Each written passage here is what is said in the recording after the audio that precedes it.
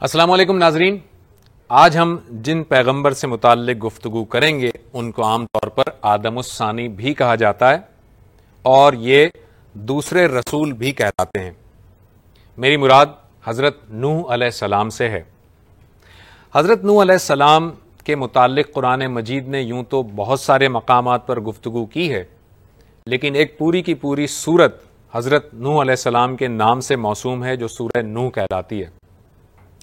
حضرت نوح علیہ السلام حضرت آدم علیہ السلام کی 10ویں پشت میں پیغمبر مبعوث ہوئے، جبکہ حضرت ادریس علیہ السلام سے ان کا جو رشتہ ہے، ان کی جو نبوت ہے، وہ تقریباً چوتھی نسل میں ملتی ہے۔ حضرت نوح علیہ السلام جس قوم کی طرف مبعوث ہوئے وہ بابل اور نینوا کے رہنے والے لوگ تھے، اور قرآن مجید کے اشارے کے مطابق اور تورات کے مطابق آپ کی عمر مبارک تقریباً 950 برس تھی، یعنی آپ نے 950 برس اس قوم کے درمیان گزارے، ان کو دعوت دی، ان کو نصیحت دی، لیکن وہ قوم اتنی ڈھیٹ اور اتنے نافرمان لوگوں سے بھری ہوئی تھی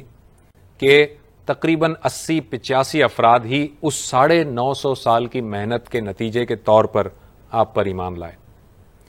آپ کی قوم میں ایک بہت بڑا مسئلہ وہی تھا جو کہ دوسری قوموں میں ہوا کرتا ہے، جو ہم آگے بھی دیکھیں گے، جو حضرت ہود علیہ السلام اور حضرت صالح علیہ السلام کے قصوں میں بھی بات آئے گی، اور وہ یہ کہ آپ کی قوم بت پرستی میں منہمک ہو گئی تھی اور بت پرستی کے اندر انوالو ہو گئی تھی۔ آپ نے جب اپنی نبوت کی بات کی، اپنی رسالت کی بات کی، دعوت دی آپ نے اور اللہ تعالیٰ کی توحید کا بیان کیا، تو آپ کے جو سرداران تھے، جو اس قوم کے قبیلے کے جو سردار تھے، جو بڑے بڑے لوگ تھے، جو با اثر لوگ تھے، انہوں نے اپنی قوم کو ورغلایا اور انہوں نے کہا کہ یہ جو شخص ہے، یعنی کہ حضرت نوح علیہ السلام، ہمارے جیسا آدمی ہے، ہمارے جیسا انسان ہے، اور نعوذ باللہ یہ اپنی کوئی منفعت چاہتا ہے، اپنے آپ کو سردار بنوانا چاہتا ہے، جبکہ ہماری طرح کا آدمی ہے اور یہ نبوت کا دعویٰ کرتا ہے اور یہ نبی نہیں ہو سکتا۔ تمام کے تمام سرداروں نے نہ صرف یہ کہ اپنی قوم کو ورغلایا، بلکہ ساتھ ہی ساتھ یہ کہا، جو کہ قرآن مجید نے نقل کیا ہے، وَقَالُوا لَا تَذَرُنَّ آلِهَتَكُمْ وَلَا تَذَرُنَّ وَدًّا وَلَا سُوَاعًا وَلَا يَغُوثَ وَيَعُوقَ وَنَسْرًا، کہ اے ہماری قوم کے لوگوں، اپنے معبودوں کو چھوڑنا مت،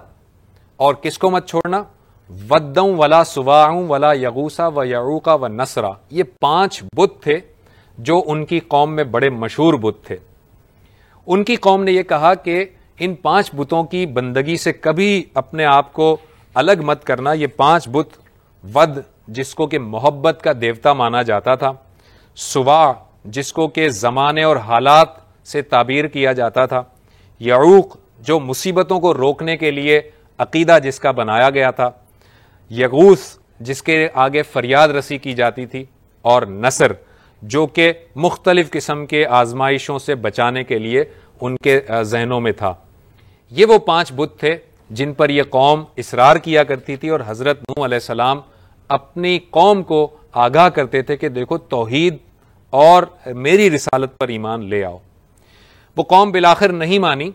اور جب وہ کہتی تھی کہ آپ ہماری طرح کے پیغمبر، ہماری طرح کے انسان ہیں اور پیغمبر کیسے ہو سکتے ہیں،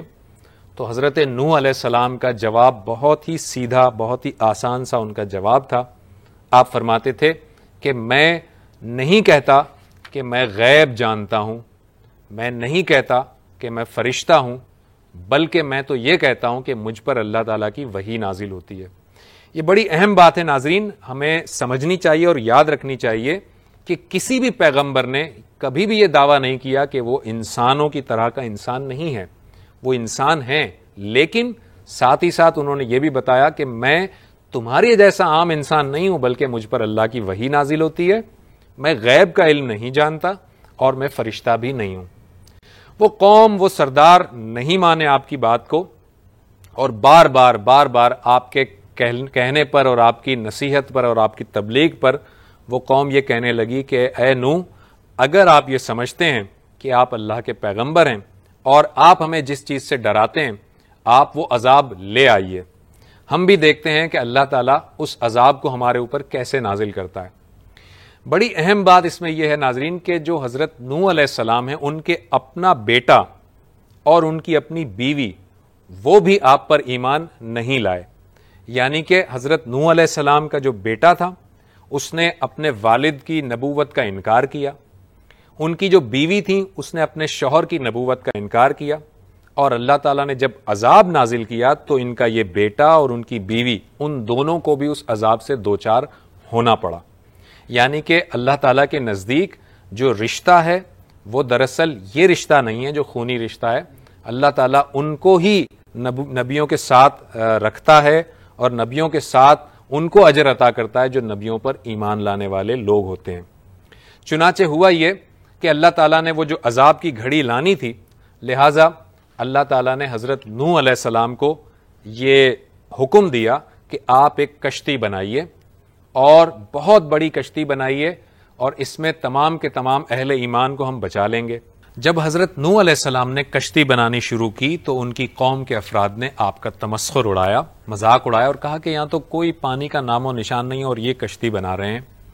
لیکن اللہ کا حکم تھا اور آپ نے یہ کیا،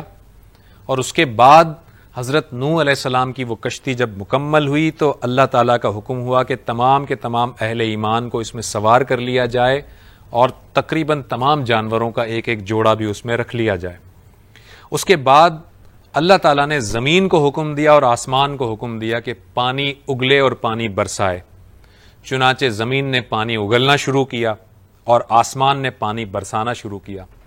اور یہاں تک ہوا کہ آسمان پانی برساتا چلا گیا اور زمین پانی اگلتی چلی گئی، اور ایک بہت بڑا طوفان حضرت نوح علیہ السلام کی قوم کے درمیان آیا۔ اس طوفان میں تمام کے تمام وہ لوگ جو حضرت نوح علیہ السلام کا مذاق اڑایا کرتے تھے وہ سارے کے سارے اللہ تعالیٰ نے انہیں غرق کیا۔ اس سمندر کے اندر اس طوفان میں وہ غرق ہوئے، جبکہ اللہ تعالیٰ نے اہل ایمان کو بچا لیا۔ اس موقع پر جب حضرت نوح علیہ السلام کی قوم ڈوب رہی تھی، ان کا بیٹا بھی ڈوب رہا تھا، تو حضرت نوح علیہ السلام نے اللہ تعالیٰ سے فریاد کی کہ یا اللہ یہ میرا بیٹا ہے جو ڈوب رہا ہے۔ اللہ تعالیٰ نے فرمایا کہ نہیں، آپ کا یہ بیٹا نہیں ہو سکتا، کیونکہ یہ آپ پر ایمان نہیں لایا، اور جو لوگ بھی ظالم ہیں، جو لوگ بھی کافر ہیں، وہ یقیناً خسارہ پانے والوں میں سے ہوں گے، لہٰذا ایسی کوئی بات میرے سامنے آپ نہ کیجیے۔ حضرت نوح علیہ السلام نے اللہ تعالیٰ سے استغفار کیا، اور حضرت نوح علیہ السلام کی وہ کشتی چلی طوفان میں، اور اس وقت تک چلتی رہی جب تک کہ اللہ تعالیٰ کا حکم تھا، یہاں تک کہ وہ کشتی ایک مقام پر جا کر ٹک گئی، رک گئی، اور روایات کے مطابق وہ پہاڑ، جودی پہاڑ پر وہ کشتی رک گئی۔ اس جودی پہاڑ پر وہ کشتی کے رکنے سے جب طوفان تھما، زمین نے پانی واپس نگل لیا، اور اس کے بعد اہل ایمان جو ہے وہ خشکی پر آ گئے۔ حضرت نوح علیہ السلام کے یہ جو 950 سال ہیں، اس کے بعد آج کے سائنٹیفک دور میں بہت ریسنٹلی حضرت نوح علیہ السلام کی وہ کشتی اور اس کے نشانات آج دریافت ہوئے ہیں، اور یہ وہ نشانات ہیں جو حضرت نوح علیہ السلام کی کشتی سے نمودار ہوئے ہیں، جو پہاڑ جودی پر موجود ہیں۔ اور بعض روایات کے مطابق یہ وہ مقبرہ ہے جو حضرت نوح علیہ السلام کا مقبرہ ہے۔ کل تک کے لیے زبیر احمد کو اجازت دیجیے، اللہ حافظ۔